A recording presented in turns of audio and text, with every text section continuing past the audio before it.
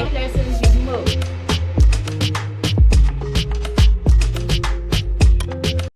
Hey guys, and welcome to my YouTube channel.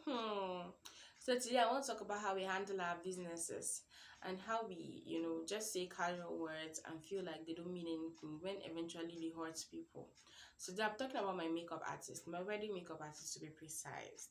So I was looking for a makeup artist that could give me a very nude makeup and at a cheap rate. Charge me all you can. That cheap rate, and to be sincere, I wasn't willing to spend so much on makeup. Do you know what's funny? I can actually do basic makeup on my face, and everybody felt like, why don't you just do it? Do it. Like, there's no big deal. Do it on your face. Well, now, sometimes, if you don't want to be pampered, sometimes you want to feel special and all of that. So that's what happened. I just wanted to feel good, and and that was what, I just really wanted someone to do it.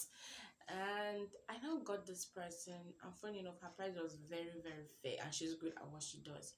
And when I saw it, I was so happy. But when we were still bargaining, I was still considering if I wanted to go ahead with the price she gave me because it was fair, yes. But from where I'm coming from, it feels like just a total waste of money because what do you need this for? Like, you could just do something basic for yourself.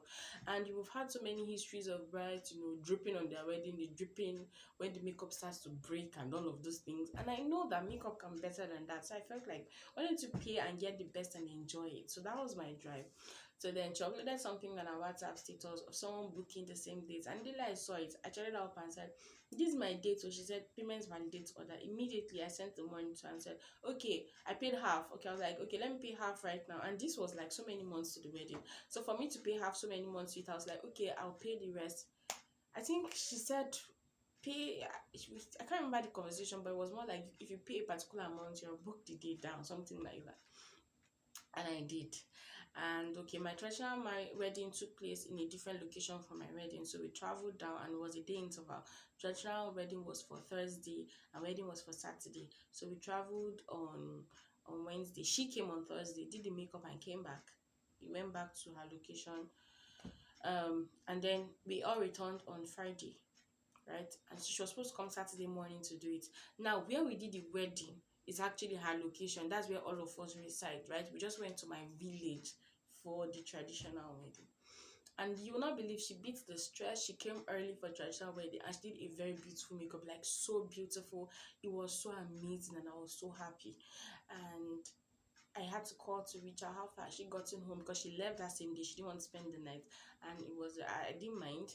I was calling her and all, and she had gotten home, and I was so happy.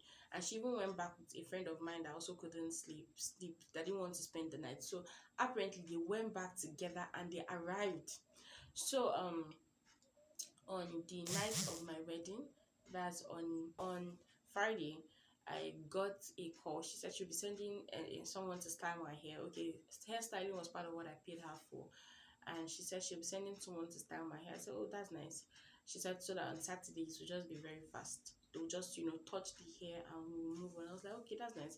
And she sent the lady, very pleasant and very nice lady, and they did everything, and they left to come back early on Saturday, only for her to call me late at night and tell me that she's very sick and she can't even stand up from her bed, like very sick. And that when she was traveling back, the cold was much and all, and it affected her, and so she'll be sending someone else. In fact, my heart went out to her. I felt so bad, like I stressed. I immediately I said to apologize. I'm so sorry I had to stress you that much. Please take good care of yourself. Don't worry, it's fine, it's fine. Please, person you're saying, hope is good. So, yeah, she's very good. That's okay, there's no problem. I didn't even think twice. I happily, I was so happy to like be of help. Like, I felt so bad that I had to stress her, considering she did a great job. Guess what? On my wedding day, this lady came, very sweet lady, and she did the makeup, but I think her boss didn't give her the memo. Apparently, I didn't even know that she was a boss. I thought they were working together at work. Do you get? I thought they jointly owned the business, and so I just felt she's so good. And apparently, her boss didn't give her the memo. She didn't tell her I wanted something very natural and something new. So she took like a lot of time to do that makeup. She took hours, like hours. It was so long to the point that we didn't have time to take pictures before going to church, and it pained me. That's one of my grievance. Anyway, we didn't have time to take pictures before going to church. She finished like maybe 30 minutes to church, and in my church you can't go late. If you come late on your wedding, they will start the wedding and leave you behind.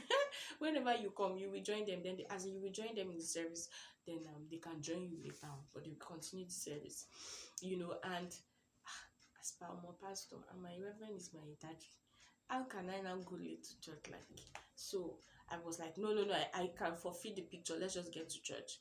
But then after some time, the makeup started to kind of break, and I started to drip makeup. And the makeup artist did not follow me to church, so she couldn't touch the makeup. By the reception, I was literally dripping makeup. It was bad. It was bad. And you know what made it bad? On my traditional wedding, the makeup she did, until we finished the wedding, the makeup did not clean. In fact, the makeup was so nice that at night I didn't want to wash it. Like, if I had not washed that makeup and I had slept with it, I would wake up with it intact. That's how good she is. Or she was. But then in fact, before reception, I was literally dripping makeup. Despite I was holding a fan, I was so hot and dripping makeup.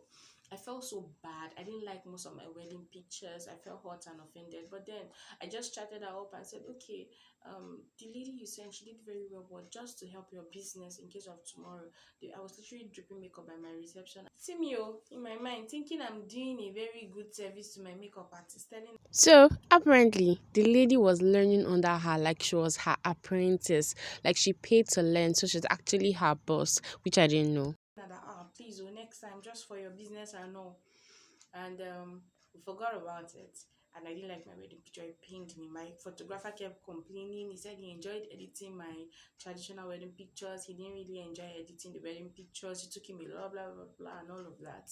But guess what? Months later, I was talking to my friend that I told you one of my friend couldn't sleep in the location. She had to go back, so they went back together. And I said, do you know the makeup artist became sick because of the journey? Apparently, she said you guys didn't get vehicle on time. You guys had to board a bike for a long distance in Hamatan and all of that.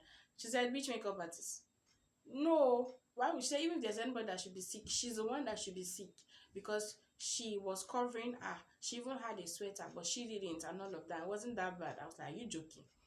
She now said, no, it seems like the makeup artist had another wedding planned for that weekend. Because my end was Thursday, that's why she could make it. So she had another one that was for Friday, Saturday. So she opted for that one. So maybe that lady paid her more. I was like, what? When she said that, I recalled the conversation when she uploaded on her status saying how she was an hot cake and many people were trying to book her for the same day. I felt so hot. I felt bad. I felt used. I felt like she just played on my intelligence. You know why? I really thought she was genuinely sick, and I reached out to her. Do you know, after the wedding, I still reached out to her? How's your health? We are better. Thank you so much for everything. Like, I was so offended. I can't even lie. And I felt, why do people do this? Is it because I was being very nice, or because she just felt there's nothing she can do, or is it that people gauge people based on maybe status, or maybe she just looked at me and felt, I don't know, but it hurt me. It hurt me for a long time, and I really, in fact, there was a time I felt like I'll call her out, but then for what? To what end? There's no need anyway.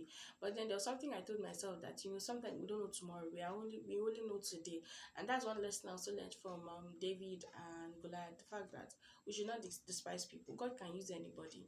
If you look at Goliath's expertise and how good he is, he was a warlord anyway. And who was David? And he had killed a bear and a lion, and then what? Compared to the expertise and a warlord, the craftsmanship, the fact that he knew how to use the shield, the bow, the arrow, and all of those things. Who was David to stand near him? But then God used small David. God used David, a shepherd. So we must understand that we don't know tomorrow. Your client today may just be a random person, but the God that knows tomorrow can lift up a man. And then when you're truthful now, there are people that can be able to stand for you no matter what. And when they get to the top, they will remember that there was a man. Just like how Joseph was remembered that, there was a man. When I was in the prison, he told me the dream. He told me the interpretation to the dream. And what he said was what came to pass.